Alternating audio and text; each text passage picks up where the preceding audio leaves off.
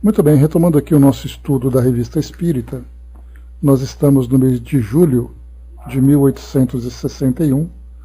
Nós paramos na Conversas Familiares de Além Túmulo, duas partes, né? Foram duas comunicações.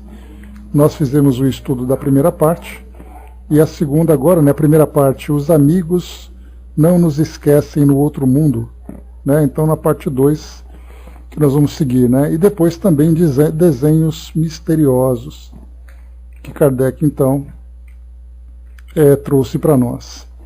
Bom, nesse trecho, Kardec trouxe para nós a seguinte introdução. Um dos nossos assinantes nos envia a conversa seguinte que teve com um de seus amigos, cuja perda lhe fora muito sentida através de um médium estranho, já que ele mesmo não é médium. Além da notável elevação dos pensamentos, há de notar-se que os laços formados na Terra, quando sinceros, não são rompidos pela morte. Na primeira parte aqui então, no dia 28 de dezembro de 60, foi feita aqui a evocação então do senhor Roulispe para vir conversar com um amigo. E ele responde aqui de uma forma muito interessante: acudo ao teu apelo com tanta maior solicitude, quanto não esperava poder comunicar-me contigo, senão pelo tempo ainda recuado pela vontade de Deus, ou seja, quando eles então se reencontrariam, quando os dois estivessem no plano espiritual. Aqui mostra um espírito, né, que nessa época em que a doutrina espírita começava a se estruturar, né, de 58 a 57 a 61, são 4 anos apenas, e a ideia da comunicação com o mundo espiritual era algo ainda bastante polêmico, digamos assim, né? Já que nós tínhamos a ciência que negava, a religião que proibia, então poucos grupos tinham essa possibilidade de comunicação. E esse espírito, então, aqui desencarnando, se vê exatamente na condição daquele que poderia, então, se comunicar, já que quando encarnado, provavelmente ou negava ou desconhecia a possibilidade. E ele fala também aqui de uma forma interessante, quando ele comenta sobre a sua condição de felicidade, porque pela linguagem que ele apresenta, ele mostra exatamente, né, que é um espírito tranquilo, um espírito que se encontra em paz, com a consciência desperta, apesar do pouco tempo da desencarnação.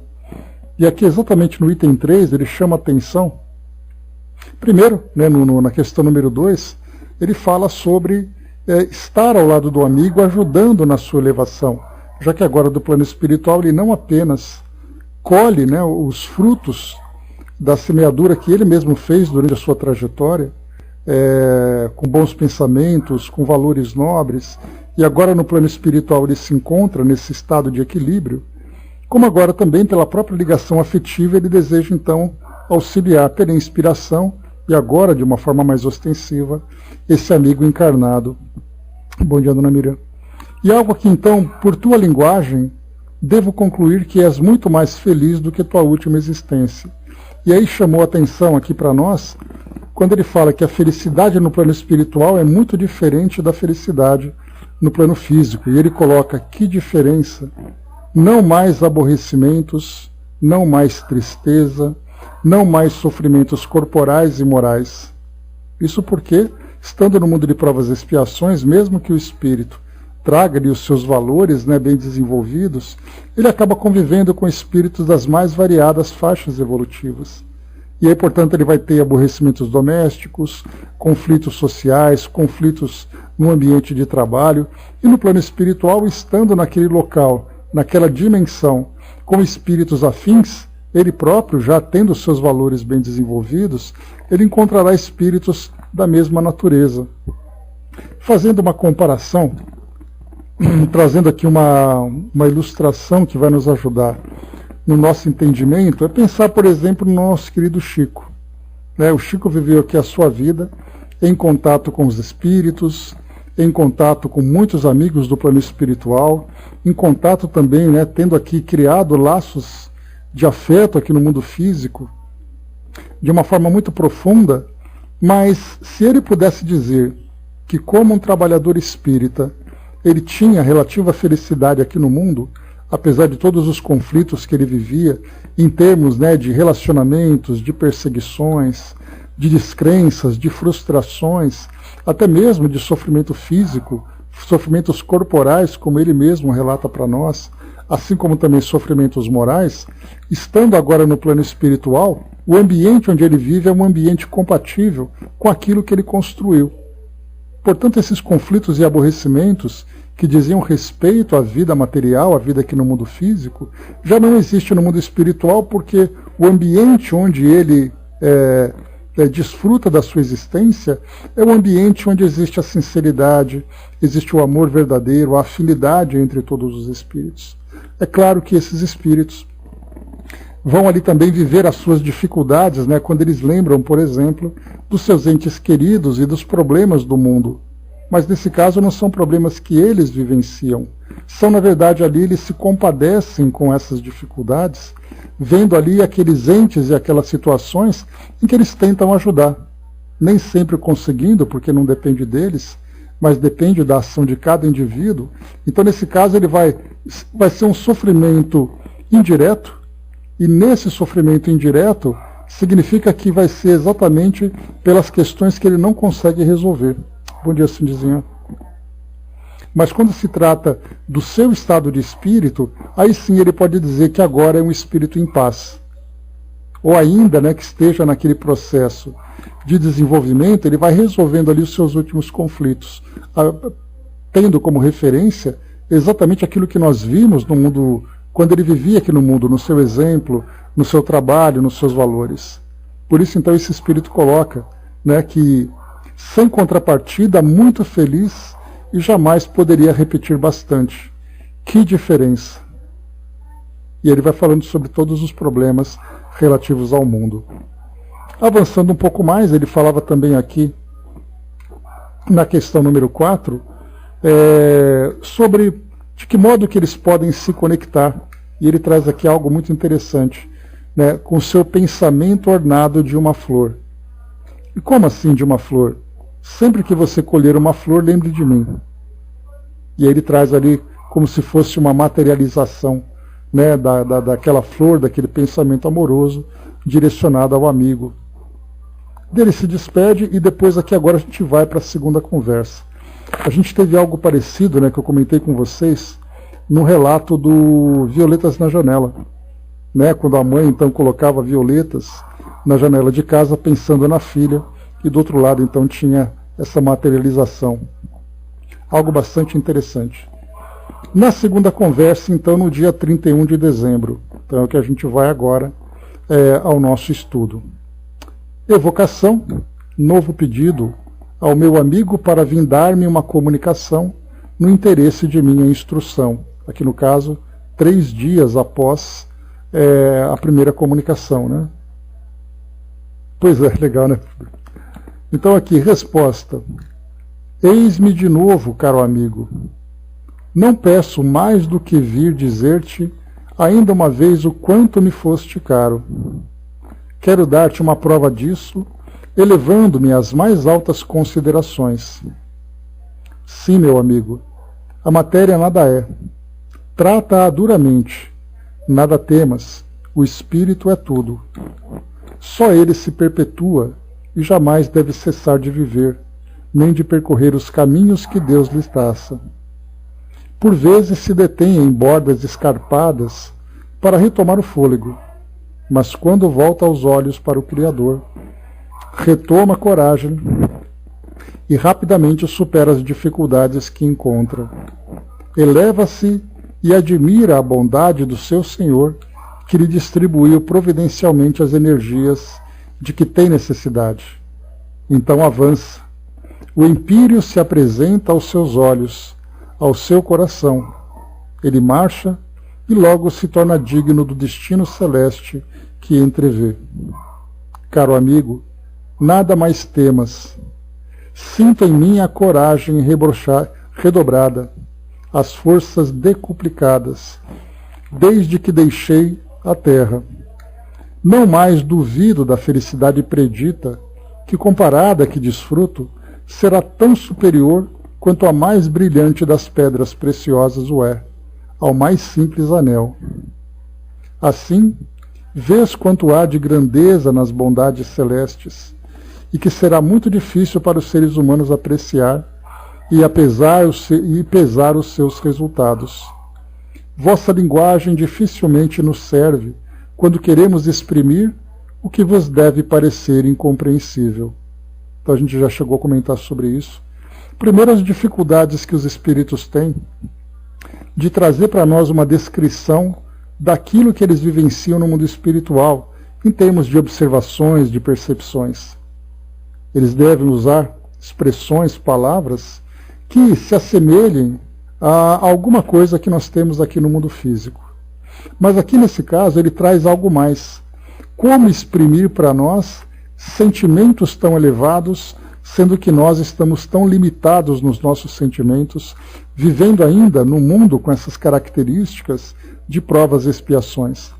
Provas que são dolorosas, expiações que são resgates difíceis, e no plano espiritual o Espírito fala de uma felicidade elevada, de uma felicidade predita, e ele coloca mais uma vez: não mais duvido da felicidade predita, que comparada a que desfruto, que já era uma felicidade bastante elevada, né, pela sua condição, será tão superior quanto a mais brilhante das pedras preciosas o é ao mais simples anel. Assim vês quanto há de grandeza nas vontades celestes, e aqui ele lembra, e que será muito difícil para os seres humanos apreciar e pesar os seus resultados. Vossa linguagem dificilmente nos serve quando queremos exprimir o que vos deve parecer incompreensível. Então, bom dia, Dilma. Então, falar de amor e falar de felicidade são dois termos, são duas expressões que nós reconhecemos de acordo com os nossos limites. Mas quando nós falamos em amor, por exemplo, como falar do amor que nós conhecemos com o amor do plano espiritual? Nós vamos entrar exatamente naqueles dois primeiros itens lá do Livro dos Espíritos, da introdução, em que os espíritos precisam colocar palavras certas, termos certos, para o significado adequado. E aí, no caso do amor, por exemplo, o amor é aquilo que nós conhecemos. Como é que um espírito pode falar do amor nesse mundo sublimes usando as mesmas palavras? Como é que eles podem falar sobre felicidade, se felicidade é uma palavra que nós utilizamos para muitas vezes representar um bem-estar que nós conquistamos aqui no mundo físico?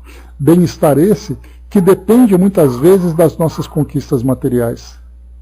Então, amor e felicidade, duas expressões que nós utilizamos, e os espíritos vão utilizar amor e felicidade, mas num sentido muito mais elevado, que nós sequer conseguimos alcançar, sequer conseguimos compreender. Mais uma vez aqui as dificuldades na comunicação entre os dois mundos. Mas de qualquer forma, ele procura então ilustrar, chamar a atenção desse amigo para essas conquistas elevadas que ele pode então também conquistar, desde que ele viva com dignidade, construindo realmente a sua felicidade ainda aqui no mundo físico. Embora no Evangelho nós vamos encontrar que a felicidade não é deste mundo, a gente sempre lembra que é aqui que ela começa a ser construída. E essa construção, sim, vai exigir de nós muitas vezes sacrifícios, suores, lágrimas, sangue muitas vezes, para que nós construamos essa felicidade.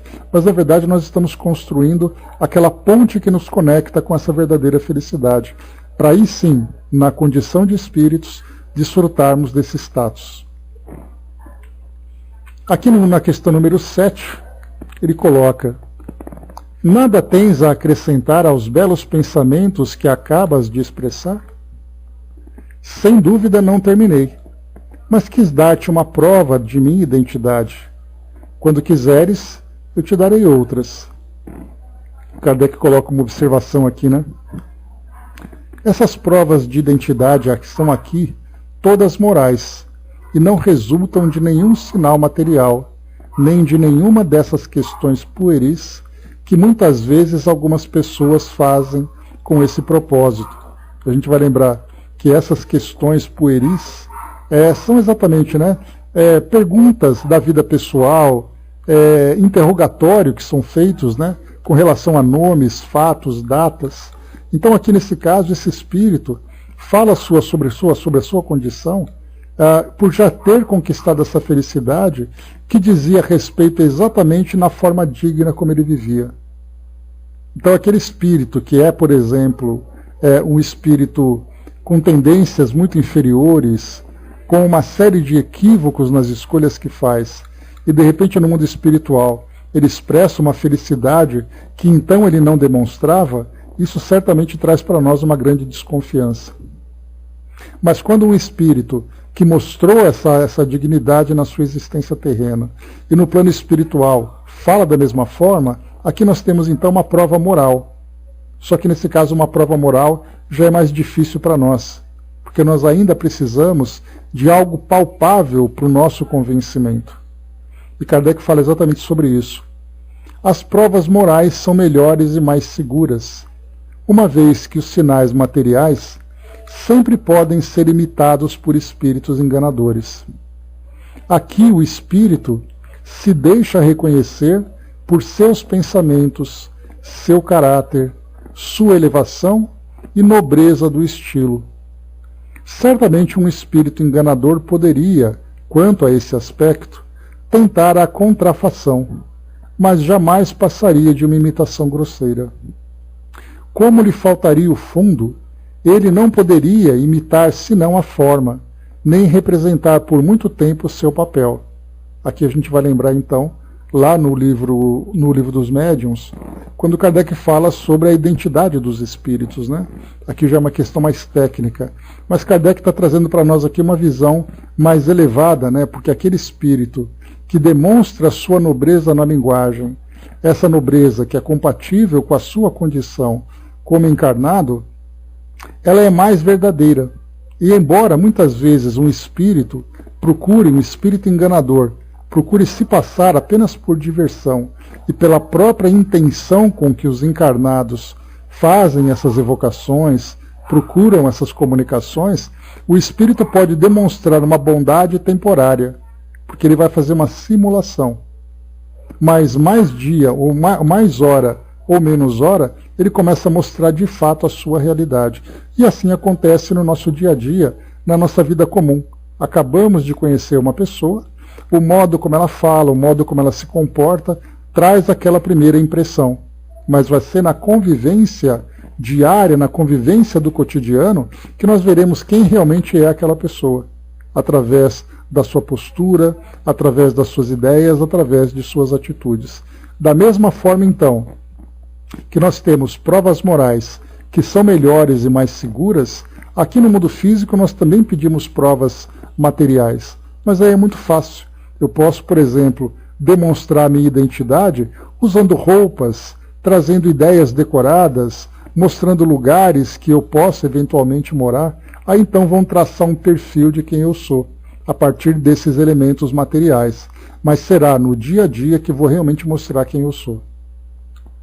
Pois é, quem vê cara não vê coração, exatamente isso. Bom dia, embaixador. Kardec coloca então, né, que nesse espírito enganador, então, mais dia ou menos dia, ele acaba se mostrando quem de fato o é. Visto estares nessa disposição benevolente, eu me sentiria feliz de aproveitá-la agora e te peço a gentileza de continuar.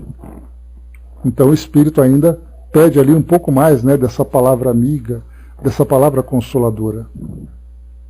Eu te direi, abre o livro dos teus destinos. O Evangelho, meu amigo, far-te-á compreender muitas coisas que eu não saberia expressar. Deixa a letra, toma o espírito desse livro sagrado e nele encontrarás todas as consolações necessárias ao teu coração. Não te inquietes com os termos obscuros, busca o pensamento e teu coração o interpretará como deve interpretar. Agora estou bem mais informado e te confesso o erro em que nós, espíritos, incorreríamos ao considerá-lo tão friamente quando vivos.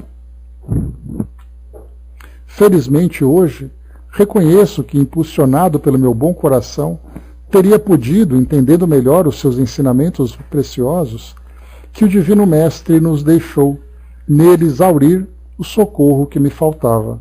Então, algo muito importante que ele traz para nós. Ele coloca o Evangelho, mas nesse caso o Evangelho mesmo, né, do Novo Testamento, e não o Evangelho segundo o Espiritismo, que era um livro que acabava de sair aqui, né, nos livros da codificação. E ele próprio, né, pela surpresa que ele demonstrava em poder se comunicar com um amigo encarnado, já mostrava que ele não tinha qualquer contato com a doutrina espírita. Mas aqui então ele fala do Evangelho.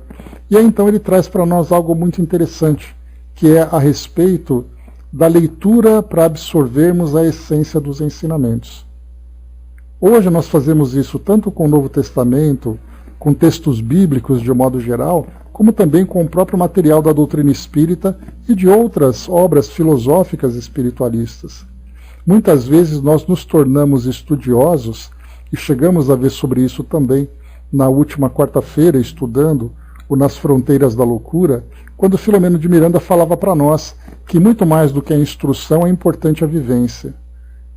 Porque na instrução nós temos esse espírito natural investigativo em que nós queremos conhecer os fatos.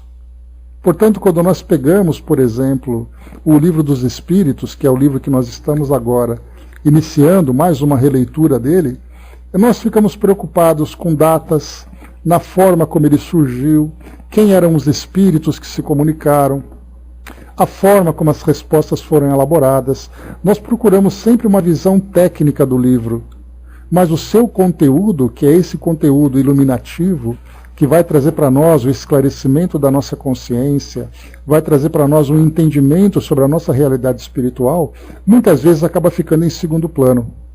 Ao estudarmos o Evangelho segundo o Espiritismo, por exemplo, é interessante a gente observar a forma como Kardec faz uma interpretação das passagens do Novo Testamento à luz da doutrina espírita. E aí então a gente procura fazer comparação sobre aquilo que o Espiritismo esclarece e aquilo que uma leitura, muitas vezes superficial ou baseada em dogmas, acaba oferecendo para o leitor. Mas qual é o ensinamento que de fato ele está observando? É aí então que a gente percebe que fazer uma leitura mais técnica, fazendo tradução de palavras, fazendo comparações, apontando o que é certo e o que é errado, e enquanto isso, a mensagem fica ali, aguardando o momento em que nós vamos absorvê-la. É como se fosse, fazendo uma comparação bem simplesinha, pegarmos ali um prato, né, um prato que acabou de ser criado, acabou de ser produzido, um prato saboroso, um prato nutritivo. Em vez de saborear o prato, a gente fica analisando a receita, a qualidade dos ingredientes e de que forma que aquilo foi feito. Enquanto que o prato ali vai esfriando, esfriando, esfriando, perdendo o seu sabor, porque nós nos preocupamos com a forma e não com o fundo. Então aqui é o que ele coloca para nós. E ele traz algo bem bacana também. Ele diz assim, ele diz aqui no anterior, não te inquietes com os termos obscuros. Exatamente porque são termos que nós ainda não compreendemos e, portanto, nós ficamos ali intrigados sobre a mensagem que é transmitida. Até mesmo, já chegamos a falar sobre isso também, a respeito das traduções. Quantas traduções, quantas passagens foram perdidas e tal. E aí Kardec ele foi muito sábio, como quando ele produziu, quando ele elaborou o Evangelho segundo o Espiritismo. Na introdução ele trazia para nós, dizendo que nós não vamos nos preocupar com datas, não vamos nos preocupar com fatos, não vamos nos preocupar com locais, com geografia, vamos nos preocupar com os valores, porque esses valores são definitivos. Quando se fala sobre amor, sobre perdão, sobre caridade, esses valores são imutáveis. Agora, quando a gente procura estudar onde foi, quem foi, que a data estava trocada, que o mapa estava mal feito, a lição continua presente, mas ela acaba sendo perdida porque a nossa visão é uma visão ainda superficial. Por isso ele coloca mais uma vez, não te inquietes com os termos obscuros. busca o pensamento e o teu coração o interpretará como deve interpretar. E ele mesmo coloca também: agora estou bem mais informado e te confesso o erro em que nós, espíritos, incorreríamos ao considerá-lo tão friamente quando vivos. Então, você estudar o Evangelho, quando encarnado, presos, né? Quando nós estudamos presos em dogmas, em tendências, em preconceitos, no mundo espiritual tudo isso cai por terra. Porque no mundo espiritual procura-se estudar exatamente a sua verdadeira essência. O verdadeiro ensinamento que vai promover a transformação daquele que lê, daquele que estuda e daquele que vivencia. E não simplesmente ficarmos preocupados com as traduções. A gente vê isso uma guerra muito interessante, uma guerra entre aspas, uma guerra entre filosofias que procuram dizer: olha, a minha tradução é melhor do que a sua. O meu tradutor conhece fulano e o seu tradutor não conhece. E nós ficamos brigando por essas questões superficiais, técnicas, e nos esquecemos daquilo que é o mais importante, que é o que a mensagem deseja dizer. E essa colocação que ele trouxe para nós aqui, que fala, né, que os espíritos, agora encarnados, percebendo a importância dos valores que desenvolveram na sua realidade atual, percebe que seria um erro se eles continuassem fazendo essa leitura fria, da mesma forma que nós fazemos hoje. E nós lemos esse livro, tanto é assim que é interessante a gente perceber que nós utilizamos esse livro como um símbolo de conquista espiritual. Abraçamos o livro, uma Bíblia, por exemplo, né, falando aqui das tradições cristãs, ou das tradições ocidentais. Abraçamos o livro, seguramos o livro, colocamos perto do coração, colocamos em cima da mesa. É apenas um livro. Mas ele se torna realmente efetivo quando as suas lições passam a ser vivenciadas. E no plano espiritual essa é uma realidade. Enquanto nós aqui procuramos alimentar muito mais o nosso intelecto do que alimentar os nossos corações. Porque é uma tendência natural para todos nós. Como a gente já conversou aqui, os próprios espíritos nos instruem a esse respeito, quando eles falam que desenvolver o nosso intelecto é muito mais fácil do que desenvolver os nossos valores. Porque o nosso intelecto é apenas uma questão de razão e de raciocínio. Já desenvolver os nossos valores depende de vivência, e essa vivência muitas vezes pede para nós um sacrifício muito grande, sacrifício do nosso próprio ego, sacrifício do nosso egoísmo, sacrifício da vaidade. Quando eu tenho que sacrificar o meu orgulho, a minha vaidade, que estão ali machucados naquele momento, é muito mais fácil eu abrir um livro e decorar, do que vivenciá-lo da forma como deve ser. Por isso, então, esse ensinamento é bastante valioso para nós, quando mostra exatamente a nova interpretação que nós fazemos. E isso vai acontecer, como já vimos também, da mesma forma para nós espíritas. Né? Pois é, tudo isso, né? São várias transformações que nós precisamos promover, e essas transformações no mundo como o nosso acabam exigindo de nós um sacrifício muito grande, que nem sempre nós estamos dispostos a fazer. E como a gente tinha comentado, né, a leitura que nós fazemos dos livros da doutrina espírita aqui quando encarnados, e essa leitura da forma como ela é feita no plano espiritual. Não apenas a respeito de uma nova perspectiva que se abre aos espíritos, podendo ver de uma forma mais palpável, de uma forma mais concreta, aquilo que para nós ainda é muito abstrato. Mas até mesmo nas questões morais, no momento em que se faz uma prece, no momento em que se lê uma mensagem que traz para nós um cunho moral, isso tem um efeito diferente, pelo menos para aqueles espíritos que já estão conscientes da sua realidade. Outros ainda, como acontece, né, aqui no mundo físico, continuam presos ainda na sua visão limitada do mundo físico, porque, como a gente sempre lembra, estão desencarnados, mas com a consciência encarnada.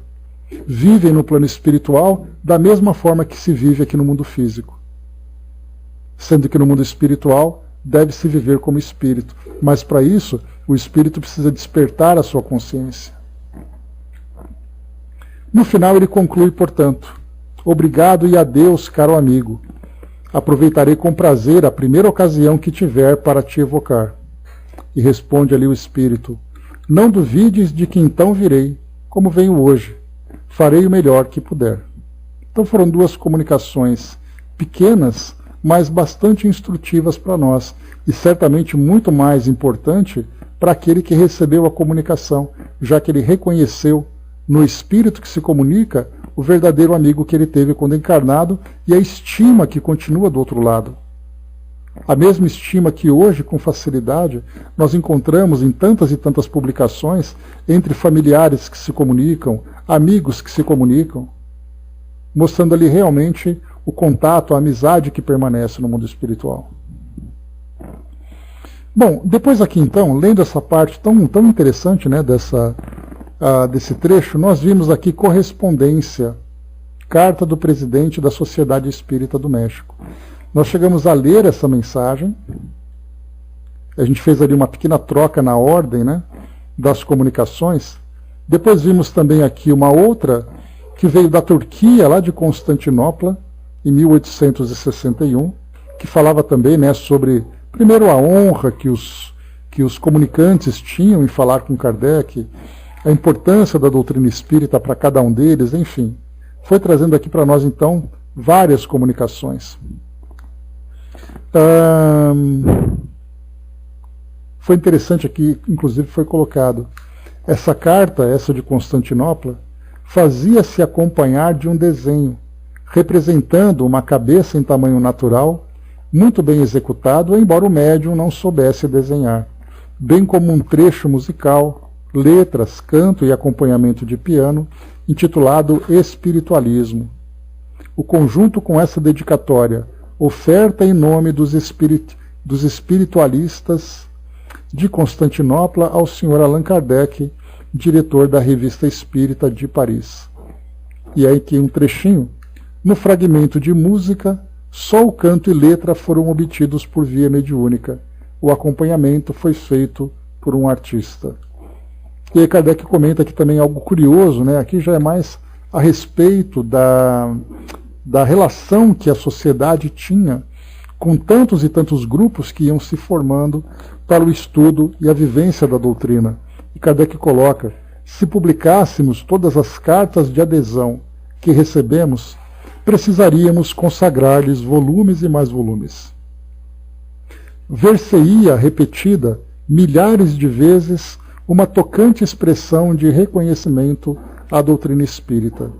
E aqui depois ele, como a gente já viu, fala sobre, né, a gratidão, né, ou o sentimento de gratificante que Kardec recebia, assim como a sociedade, por ver os resultados, né, da expansão do espiritismo nesses tantos e tantos grupos que iam se formando na Europa e fora da Europa também. O próximo artigo que nós vamos estudar, e aí então entrando aqui colocando agora novamente na ordem, e nós fizemos uma pequena troca, exatamente por uma questão de conveniência para os nossos estudos, né? Colocando alguns artigos na frente de outros nesse início do mês de julho. Agora a gente entra na ordem normal. Então, o próximo artigo, Desenhos Misteriosos, novo gênero de mediunidade. Vamos ver, né, que desenhos misteriosos são esses que Kardec até então não conhecia esse gênero mediúnico. Vamos a ele. E aqui lembrando, né, que a Revista Espírita, ela procurava trazer para nós uma visão do cotidiano, né, do desenvolvimento da doutrina espírita. Então eram comunicações, pessoas que traziam ideias, fenômenos que aconteciam, que até então eram desconhecidos, né? E olha que Kardec trabalhou apenas, né, naquele período entre 1857 até 1868, 69, ele teve, portanto, 11, 12 anos de trabalho. Imaginemos se ele tivesse a oportunidade de vivenciar 30 anos de desenvolvimento da doutrina espírita. O que ele não conheceria pelo mundo afora, né? Ok, Angelina? Então vamos lá. Desenhos misteriosos, novo gênero de mediunidade. Sob esse título, o Herald of Progress, de Nova York, jornal consagrado a assuntos espiritualistas, e dirigido por Andrew Jackson Davis, contém a seguinte narrativa. Em 22 de novembro último, o Dr. Hallock, juntamente com outras pessoas, foi convidado à casa da Sra. French, 4ª Avenida, número 8, para testemunhar diversas manifestações espíritas e ver as evoluções de um lápis de grafite. Mais uma vez, quando ele fala sobre manifestações espíritas, ele fala sobre manifestações dos espíritos. Não significa que essas manifestações estavam ali apoiadas nas bases filosóficas do espiritismo. Então, até porque a palavra espírita, como a gente já viu, no próprio Livro dos Espíritos, nós temos ali na segunda parte, o título da segunda parte, O Mundo Espírita ou dos Espíritos. Então, essa palavra espírita fala da relação entre os dois mundos, não necessariamente trabalhando valores, filosofia e outros, né? Então, vamos lá. Evoluções de um lápis de grafite. Por volta das 8 horas, a Sra. French deixou o cômodo onde o grupo estava reunido e sentou-se num canapé, localizado em gabinete contíguo. Então aqui mais uma vez, né, só esse pequeno relato já cria na nossa mente uma ideia desses grupos se reunirem naqueles pequenos cômodos, à luz de vela em muitos lugares, aqueles móveis todos de madeira, aquelas pessoas bem vestidas, né, característica do século XIX, assim como o próprio Kardec. Alguns documentários vão mostrando para nós como era a vida de Kardec e daqueles colaboradores da sociedade no século XIX em Paris. Então mostram endereços, mostram o imóvel onde ele morava, as disposições ali dos móveis que possivelmente, né, eles então colocavam para poder fazer esse trabalho. Então é bem interessante a gente ver, né, olhar por esse lado mais histórico, né, e alimentar a nossa imaginação com essas imagens. Então, mais uma vez, por volta das 8 horas, a Sra. French deixou o cômodo onde o grupo estava reunido. Grupo de quantos será, né? Talvez 5 pessoas, 6 pessoas, 7 pessoas, 8 horas da noite, à luz de vela, né? E sentou-se num canapé localizado em gabinete contíguo. Não abandonou este lugar durante toda a reunião. Pouco depois de sentar-se, pareceu entrar numa espécie de êxtase, com os olhos fixos e desvairados. Pediu ao Dr. Hallock e ao professor Britton que examinassem o quarto.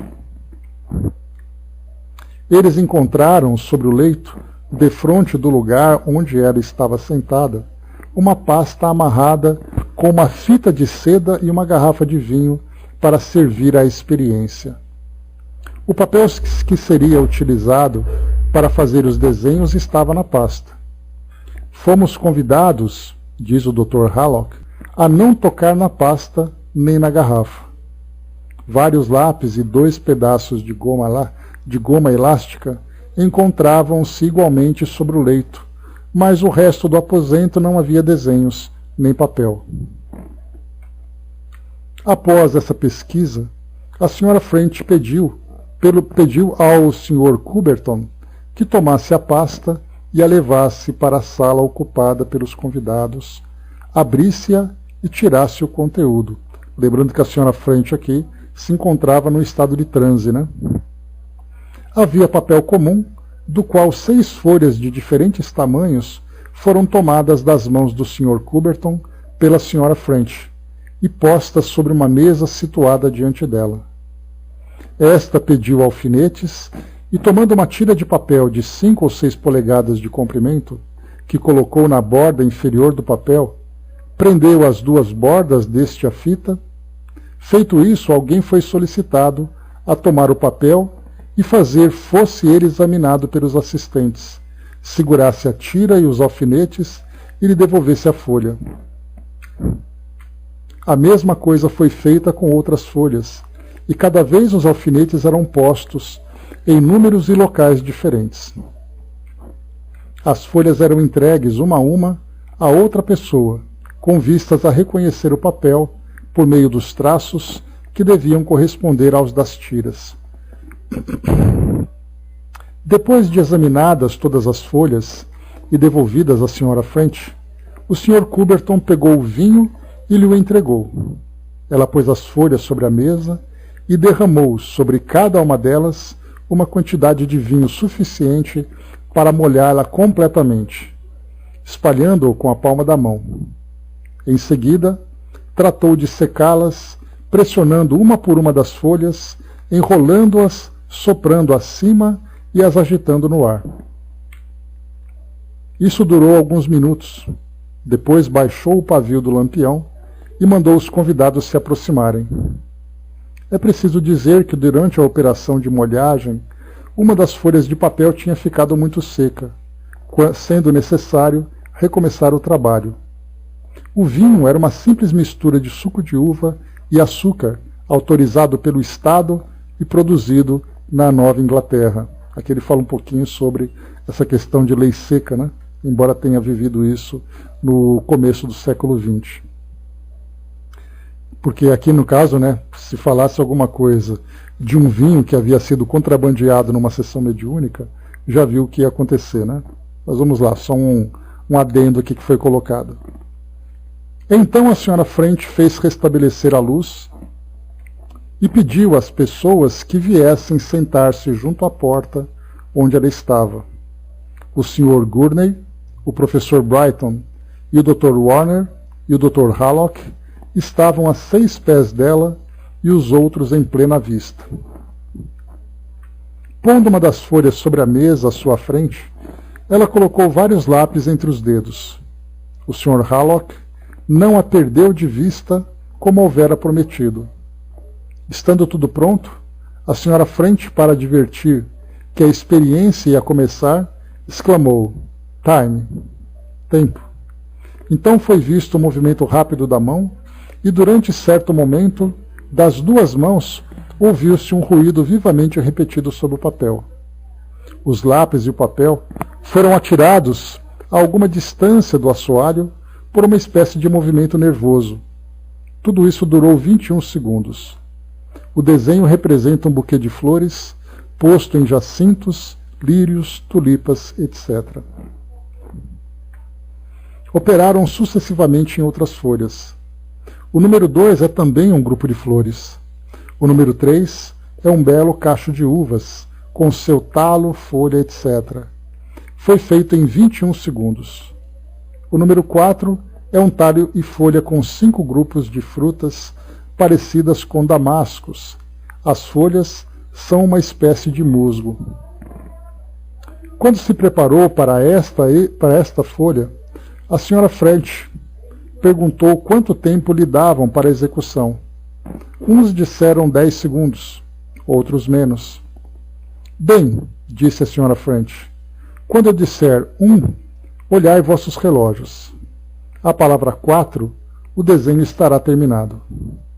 Atenção, 1, 2, 3, 4. O desenho foi feito, isto é, em 4 segundos.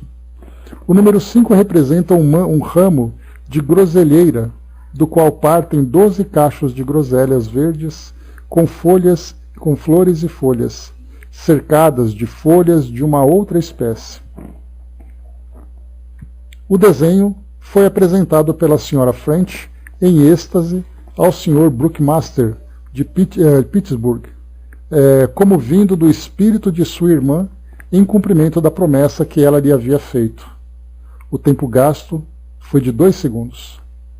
O número 6, que pode ser considerado como a obra-prima da série, é um desenho de 9 polegadas por 4.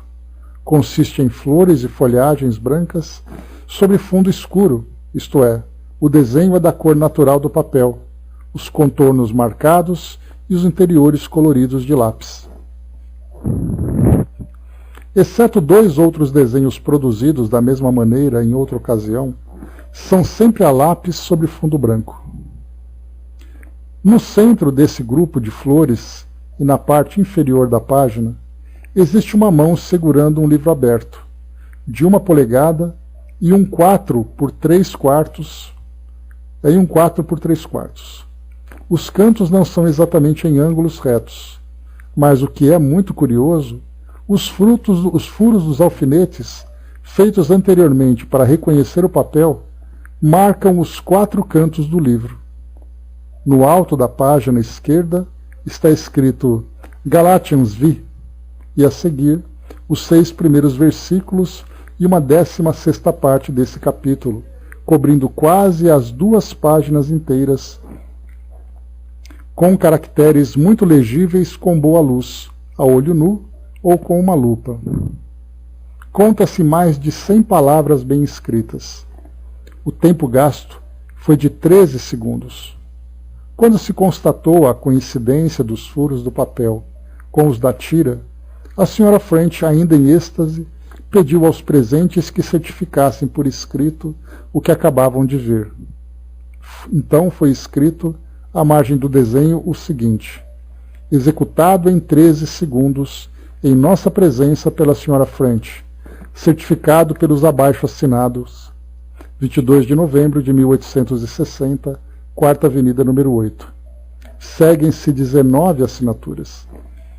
Lembra que eu tinha falado para vocês, né, grupos de 5, 6 pessoas, 19 assinaturas, além dos que estavam trabalhando também. Então, esse relato foi colocado naquela revista especializada em assuntos espiritualistas. Kardec, então, transcreveu para nós aqui esse relato desse fenômeno e ele traz a seguinte consideração agora. Não temos nenhum motivo para duvidar da autenticidade do fato, nem suspeitar da boa-fé da senhora French, que não conhecemos.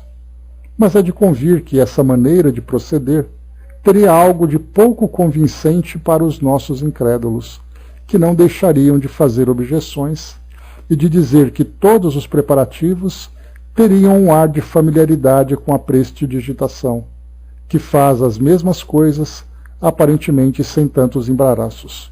Só para lembrar que a palavra prestidigitação, ela tem uma semelhança com aquilo que nós conhecemos hoje como ilusionismo. Então o que Kardec coloca é que, para aqueles que são desconfiados de qualquer tipo de fenômeno de natureza mediúnica, sempre vai acreditar que existe um truque por trás, alguma simulação, algum tipo de ilusionismo que fizessem com que aquela arte tivesse sido bem produzida. Mas aqui então o cuidado que eles tiveram foi exatamente relacionar todas as testemunhas e trazer uma transcrição daquilo que aconteceu, ou melhor, uma descrição daquilo que aconteceu. Kardec continua. Confessamos estar um pouco de acordo com eles. Que os desenhos tenham sido feitos é incontestável. Somente a origem não nos parece provada de maneira autêntica.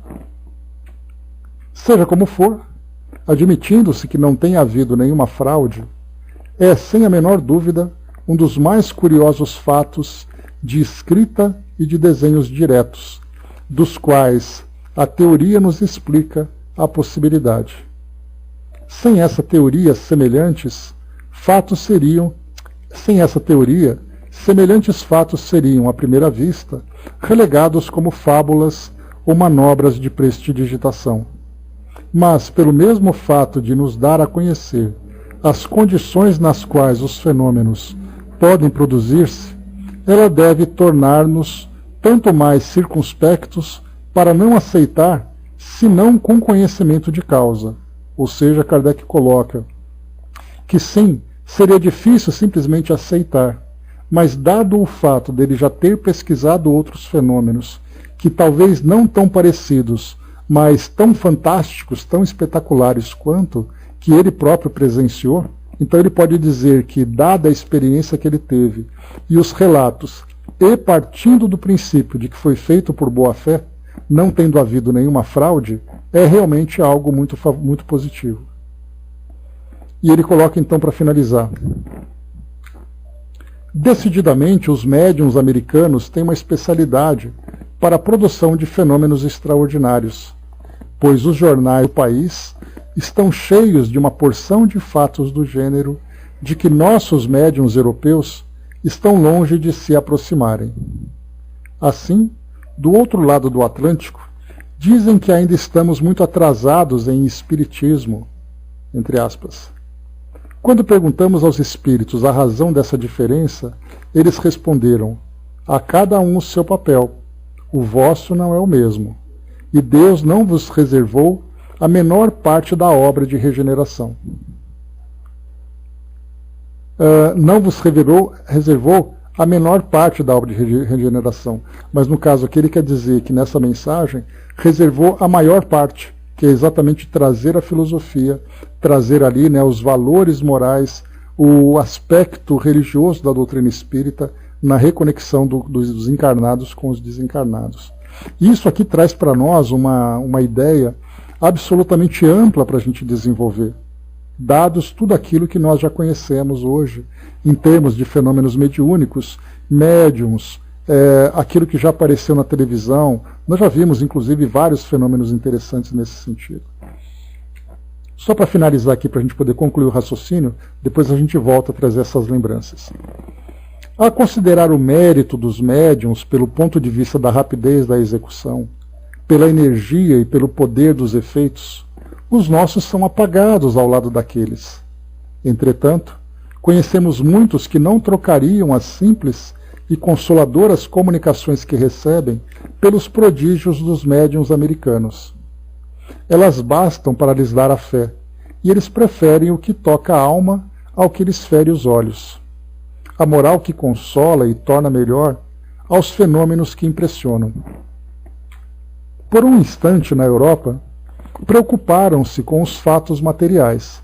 Vamos lembrar, né, que inclusive no item número 3 e 4, que nós estamos estudando na introdução do Livro dos Espíritos, Kardec vai trazer para nós um pouco da história de como se iniciaram os fenômenos a partir das mesas girantes ou mesas dançantes, como era colocada.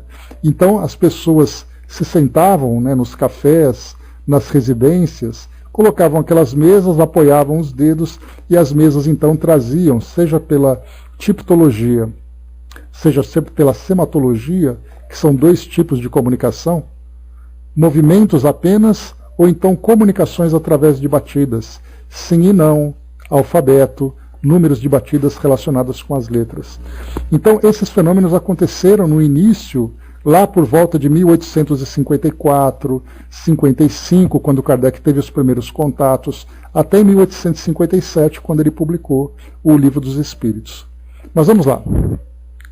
Então, como foi colocado aqui em cima, por um instante na Europa, preocuparam-se com os fatos materiais, mas logo os deixaram de lado pela filosofia, que abre um campo mais vasto ao pensamento e tende ao objetivo final e providencial do Espiritismo, a regeneração social. Cada povo tem seu gênio particular e suas tendências especiais, e cada um, nos limites que lhes são assinalados, concorre para os planos da providência. O mais adiantado será aquele que marchar mais depressa na via do progresso moral, porquanto é este que mais se aproximará dos desígnios de Deus. Aqui finaliza esse artigo. Vamos aqui então fazer uma análise, algumas considerações a respeito dessas questões. Deixa eu ver aqui, o Fabi colocou. Então, vou esperar aqui chegando a comunicação. Bom, aqui é interessante Kardec colocar o seguinte: cada povo, cada comunidade, cada sociedade apresenta uma característica muito específica. Por exemplo, nos Estados Unidos, aquilo que mais impressionava e aquilo que mais impressiona atualmente são os fenômenos físicos. O Brasil também passou por essa fase. Basta a gente lembrar, por exemplo, quando nós falamos daquele período em que vinham as cirurgias espirituais, naquele período em que vinham as psicopictografias, que ainda continuam acontecendo, mas não mais com a mesma intensidade, naquela década de 1970, quando apareceram as cirurgias espirituais através de Arigó e depois de outros médiuns.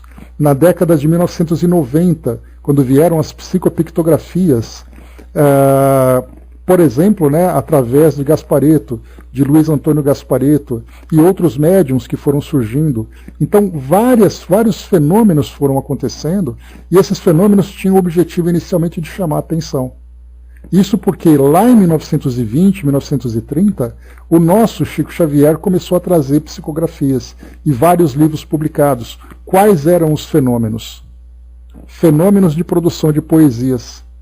E nessas poesias havia necessidade de estimular, naquele período de 30 a 40, onde a poesia era muito forte aqui no Brasil, em termos de literatura, nós víamos então vários especialistas estudando se o Chico Xavier realmente escrevia poesias ou se ele apenas ali fazia uma simulação e copiava aquilo que outros traziam. Então, vários povos faziam isso, e Kardec fazia uma comparação, que nós veremos depois, inclusive, até de uma forma um pouco provocativa. Exploração do Espiritismo é o próximo artigo que a gente vai estudar na semana que vem. E ele falava exatamente sobre médiuns que cobravam, médiuns que ofereciam serviços e tudo mais, coisa que na Europa já era diferente. Os médiuns traziam mensagens com valores de cunho moral, mensagens mais elevadas, enquanto que na Europa o que mais impactava eram os fenômenos físicos. Então nós tivemos assim vários perfis, digamos assim, de comunicação com o mundo espiritual, mas aquele que era o mais efetivo era aquele que de fato conseguia promover a reforma, a transformação da sociedade, e não apenas impressionar os olhos e os sentidos. Então é interessante Kardec trazer isso. A gente vai abordar isso na próxima semana, falando um pouquinho mais também sobre essa questão da exploração do Espiritismo. Mas enquanto isso, o nosso querido Rei aparecendo aqui com a gente, um grande beijo, meu querido Rei. Muito bom ter você aqui com a gente novamente. E para variar, né, quando a gente fala, né, os amigos não nos esquecem no outro mundo, né? Aí vem aqui o nosso amigo que não nos esquece também. Né, e nossa querida Celina trazendo para nós aqui também no finalzinho, né, uma mensagem para nos ajudar aqui nas nossas instruções. Vamos lá então, vou ler a mensagem aqui do Rei. E em seguida a gente pega aqui a da nossa querida Celina. Vamos lá aqui então. Só um instantinho. Diz assim para nós. Olá, amigos. Aqui estou novamente para deixar um abraço em vocês, atropelando a comunicação da nossa Celina, porque a ansiedade é um problema que eu ainda não consegui resolver, nem mesmo aqui, do lado de cá. E como me pedem para falar sempre coisas úteis, eu digo agora para vocês que não é porque se morre que essa felicidade toda acontece.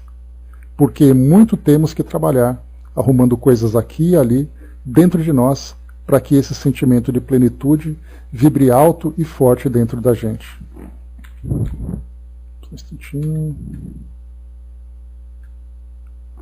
Mas porque Deus é um Pai desses super pais, muito bondoso e sábio mesmo, Ele nos deixa sentir, aqui e aí, também um pouco dessa felicidade, e que eu a sinto quando estou por aqui, deixando meu abraço ao meu irmãozão e ouvindo os estudos como vocês, porque isso me traz uma serenidade que eu também não sei explicar, já que me remetem a um momento muito feliz da minha vida, e cujas lembranças me trazem até hoje uma paz no coração que só agora eu percebo.